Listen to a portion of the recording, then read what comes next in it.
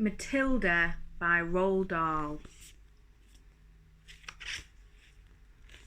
Introducing Matilda, Michael, Mr. and Mrs. Wormwood, Miss Honey, Boots Bogtrotter, Amanda Thrip, and Miss Trunchbull.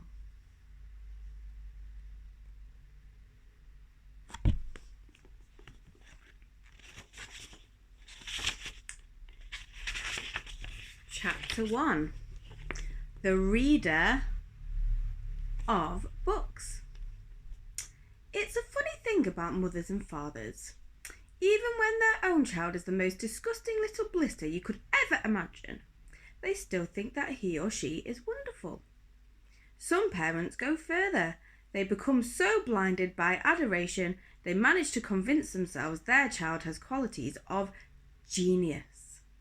Well, there is nothing very wrong with all of this. It's the way of the world. It is only when parents begin telling us about the brilliance of their own revolting offspring that we start shouting, "Bring us a basin! We're going to be sick!" Bleh.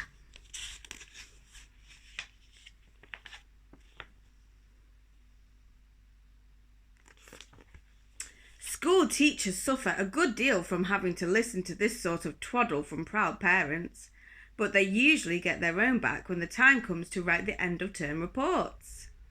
If I were a teacher, I would cook up some real scorchers for the children of the doting parents. "Your son, Maximilian," I would write, "is a total washout.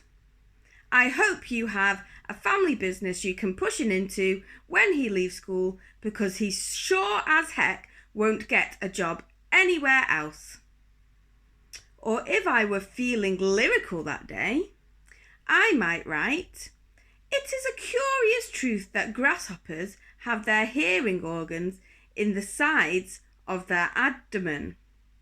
Your daughter Vanessa, judging by what she's learned this term, has no hearing organs at all."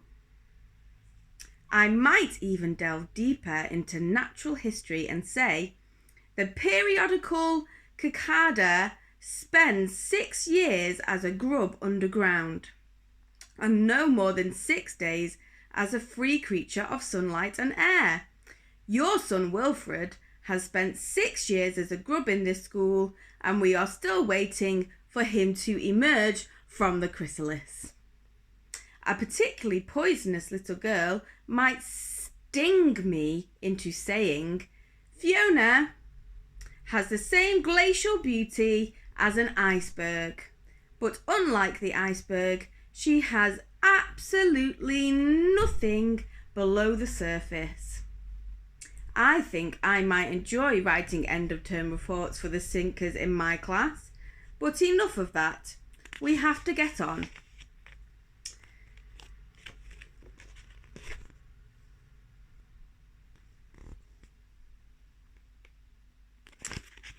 Occasionally, one comes across parents who take the opposite line, who show no interest at all in their children, and those, of course, are far worse than the doting ones.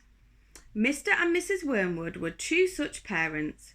They had a son called Michael and a daughter called Matilda, and the parents looked upon Matilda in particular as nothing more than a scab.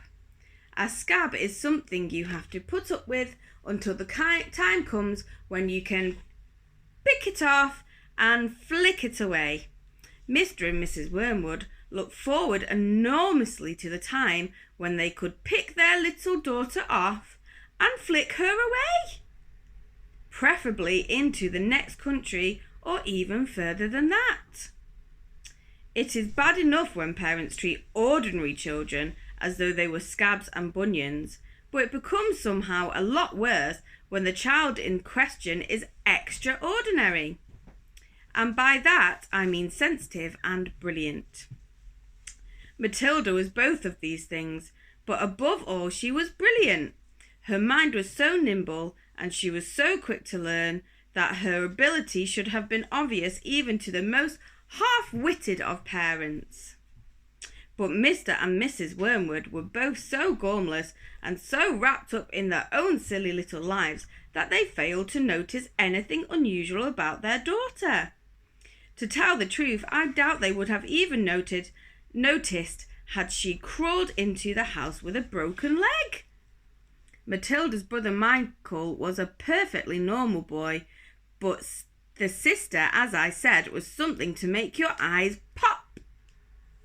By the age of 1.5, her speech was perfect, and she knew as many words as most grown-ups. The parents, instead of applauding her, called her a noisy chatterbox and told her sharply that small girls should be seen and not heard. By the time she was 3, Matilda had taught herself to read by studying newspapers and magazines that lay around the house. At the age of 4, she could read fast and well, and she naturally began hankering after books. The only book in the whole of this enlightened household was something called Easy Cooking, belonging to her mother.